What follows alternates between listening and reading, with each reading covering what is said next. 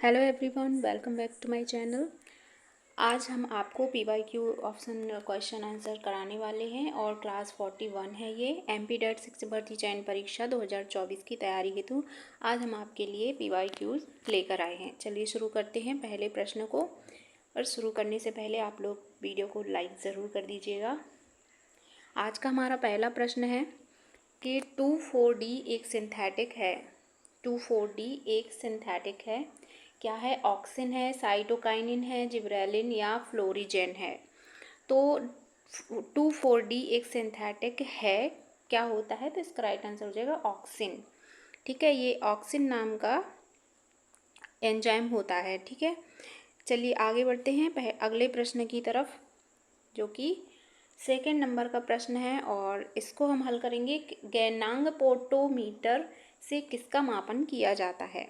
गैनांग potometer से किसका मापन किया जाता है? ऑप्शन है गाइस, प्रकाश संश्लेषण का, वाष्पोत्सर्जन का, श्वसन का या ये सभी।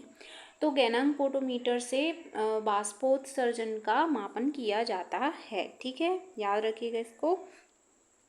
अगला प्रश्न है, तो अगला प्रश्न कहता है कि वाष्प के रूप में पौधों के द्वारा हुई पानी की हानि को कहते हैं। ठीक है, वाष्पोत्सर्जन के द्वारा पौधों में जो पानी की कमी होती है उसको क्या कहते हैं? गटेशन, उत्सर्जन, वाष्पोत्सर्जन या इनमें से कोई नहीं। तो देखिए ये इसका राइट आंसर क्या हो जाएगा? वाष्पोत्सर्जन कहते हैं पानी की कमी को पौधों में। चलिए अगला प्रश्न है कि बिंदु स्राव होता है। ऑप्शन है बिंदु स्राव होता है रंध्र द्वारा, जल रंध्र द्वारा, ए तथा बी दोनों द्वारा या उपर्युक्त सभी।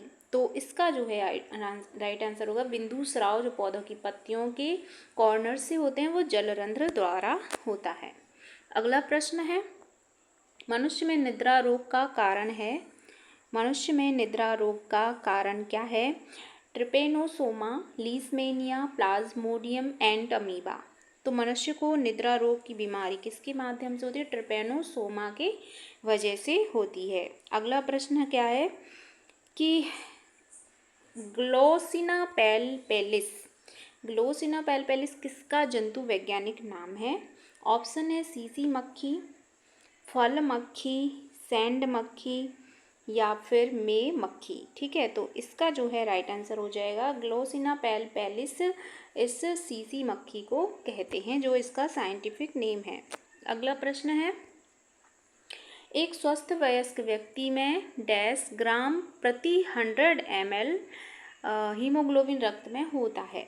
ठीक है, ऑप्शन है 5, 10 या 13 से 15 या 25 से 30।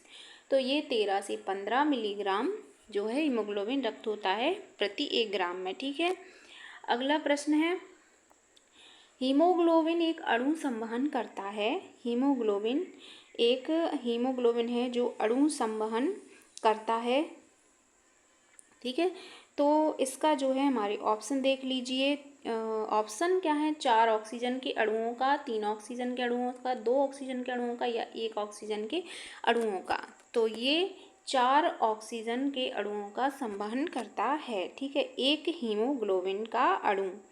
अगला प्रश्न क्या है कि मनुष्य में हृदय धड़कन का समय होता है लगभग, जब एक बार हृदय धड़कता है तो वो समय कितना होता है? 0.5 सेकेंड, 0.8 सेकेंड या 1 सेकेंड या 1.2 सेकेंड। तो इसका आंसर हो जाएगा 0.8 सेकेंड में हृदय की धड़कन एक बार धड़कता है दिल। अगला प्रश्न है कि रुधिर वर्ग AB में होता है।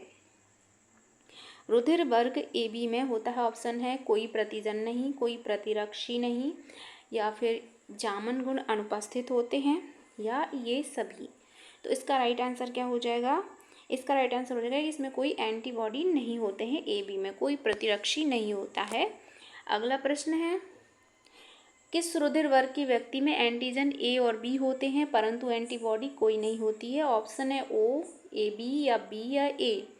तो देखिए इसमें एंटीजन होते हैं परंतु एंटीबॉडीज़ नहीं बनते हैं, तो वो क्या होता है? वो हमारा ब्लड ग्रुप होता है AB ब्लड ग्रुप। अगला प्रश्न है, रुधिर वाहिनियों में रुधिर का थक्का जमना रुका रहता है। रुधिर वाहिनियों में रुधिर का थक्का जमना रुका रहता है किसकी वजह से?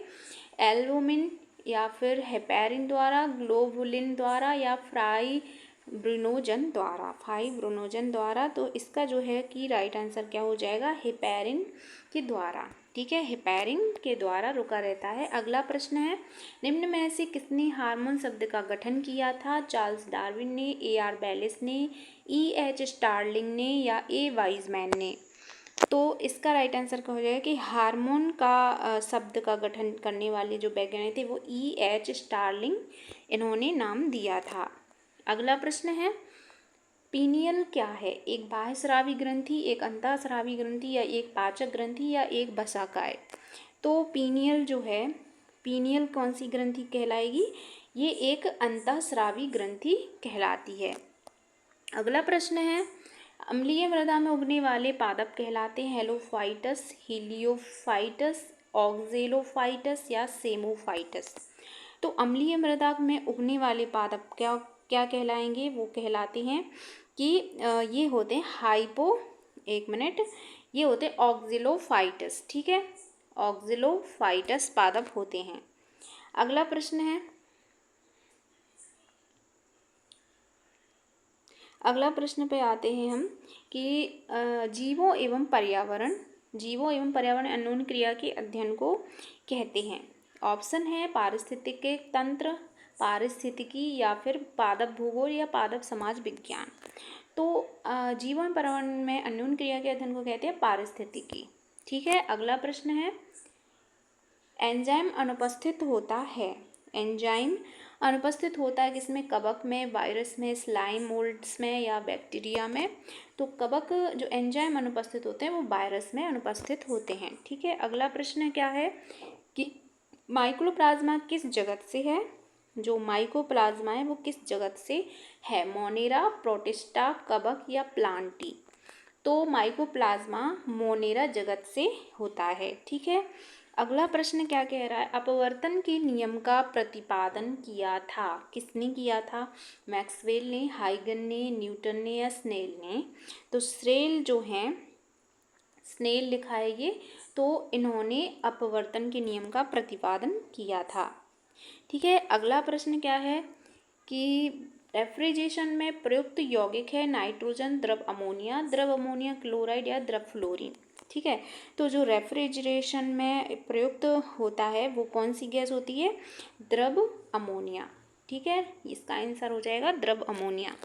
तो गाइज ये थे आज के प्रश्न जो कि MP के या अन्य टेट एग्ज़ाम्स में साइंस के क्वेश्चंस पूछे गए हैं, उससे रिलेटेड मैं यहाँ पे आपके लिए ऑब्जेक्टिव क्वेश्चन लेके आई थी। इनको आप बहुत बेहतर तरीके से एक बार और देख सकते हैं और वीडियो को लाइक करके ही जाइएगा, और चैनल पर नए हैं तो सब्सक्राइब कर लीजिए और अन्य दोस्तों के साथ शेयर कर दीजिए। मिलते हैं ऐसे ही इम्पॉर्टेंट क्वेश्चन के साथ इम्पॉर्टेंट क्लास में। तब तक के लिए गुड नाइट, टेक केयर।